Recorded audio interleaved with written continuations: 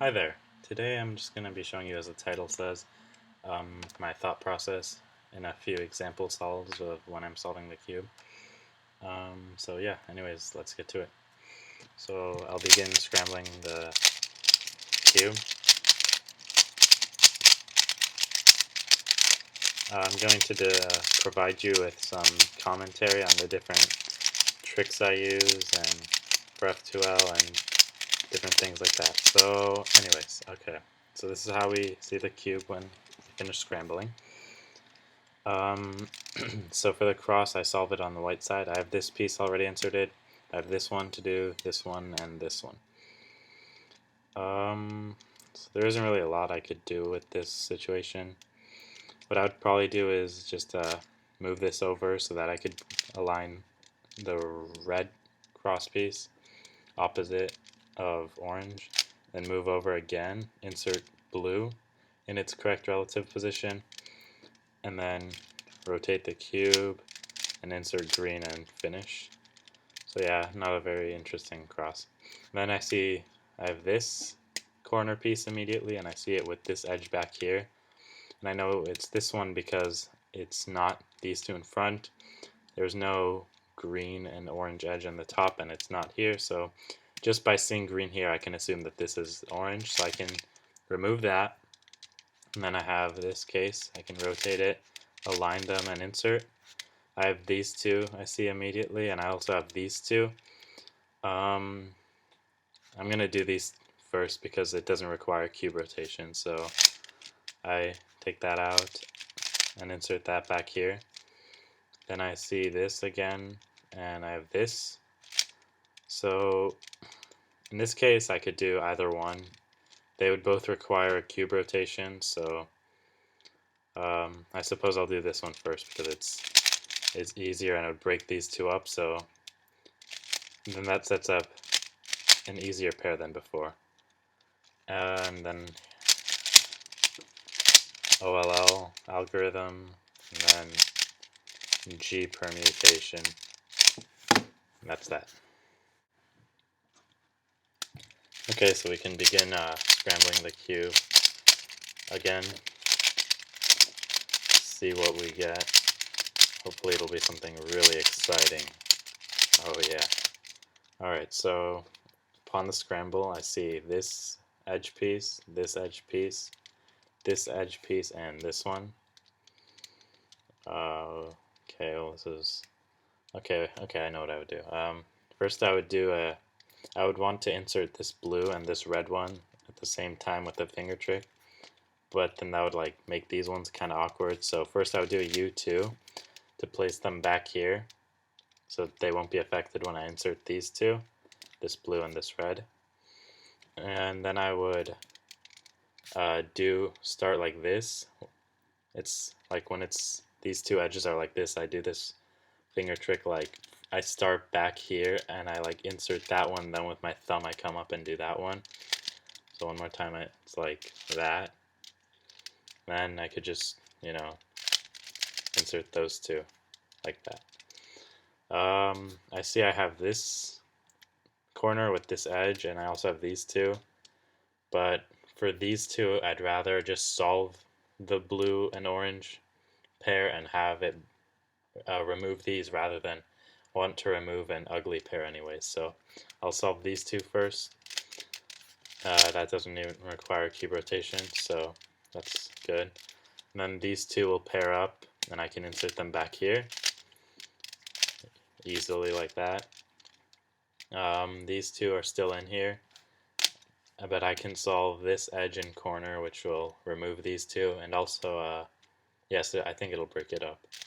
So hide the edge, pair these up, and yeah, as I insert this, these two will be broken up, so I can more easily now insert those. Actually, I'm not just going to insert this normally, this pair, I'm actually going to do that first, because then I can get a full cross using compound, not compound, oh, I always forget what it's called. It's that method where you have your cross upon the completion of F2L. partial edge control. So I see that I can do this, and then use the R prime F R F prime insertion, and that'll give me the cross. Then I can do my 2-look OLL algorithm, and then I have a H permutation, easy to recognize. Oops, that's that. Okay, so now I'll scramble again. Pretty excited. Okay, so I see this edge, this edge, this edge, and this edge. So, okay. The way I would go about this one is, there isn't really much to do. Okay. First I would move this white-orange edge out of the way of these other edges over here. And I would insert red and green together, because I know that if I insert this one and this one, they'll be correct relative to each other's position. Okay, so I would insert both of those, move that over, and then I can insert blue and orange like that. And then immediately I see these two, and I also have these two back here, and I saw that when I went to do my B moves to insert this white-orange piece. So I can do either one. I'll do these two first because they won't break this up, and this is a nice case, so I can do, oh my bad, they will break it up. Oh. Okay, I could do this one now, or this one. I'll do this one first because it's better. So there's that, and then I'll do these two. Where's my, oh, okay. Yeah, I'll do these two, which will remove this, and then I'll have to do a cube rotation to insert this pair. So pair those two up, and there's that. Oh, right, I made a mistake. Okay, and then I can pair these up like that. I'm sure a lot of you know this situation, how to solve it. You like that. But one thing I want to note is that you should try to learn this from how to recognize this from back here and do it with your left hand and stuff too, because it saves you the Y2 cube rotation. Yeah, it's actually not hard to learn if you practice. So I can pair those up, insert them, then I have this OLL, and I think this is a R, yeah, okay, PLL.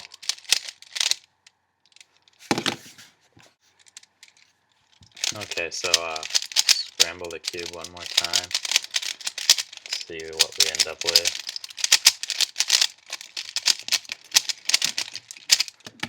Alright, so I have this edge, this, and this. Okay. So the way I would do this is, okay, I would do, oh, okay, now I want to preserve this. Okay. I also have this one. This is interesting. Actually this cross is too nice, so I'm not going to try to focus on these. Although normally I would probably go for an extended cross, but this is a really easy flowy cross. So, no. Okay, so first I would insert this orange piece relative to blue. Then I would do a D2, moving these out of the way. Then I would bring a red halfway down so that, yeah, okay, halfway down like this. Move over green so that when I insert red, I can orient green at the same time and insert that too. And then I'll just align the cross. Now I see these two because I broke them up from my attempted extended cross type thing. And I just saw them, so I can pair those up. Then I see this pair here as I'm pairing these two. So immediately after inserting that, I want to go into solving these two. like that, and then I have these two, which are an ugly pair, but they're not if you know. They're actually not too bad if you know how to solve it. When you have this situation, I don't know if you guys know, I'm sure a lot of you do. Anyways, you can just separate them like that by that type of thing, and then I don't even need to rotate the cube, and I can insert that. And then I popped out the edge for this, so I can solve that, and I see my cross edges are oriented, so that's nice. So I could get an easy 2-look OLL, and then I think this is a V permutation. Yep, I could do that, and that's that.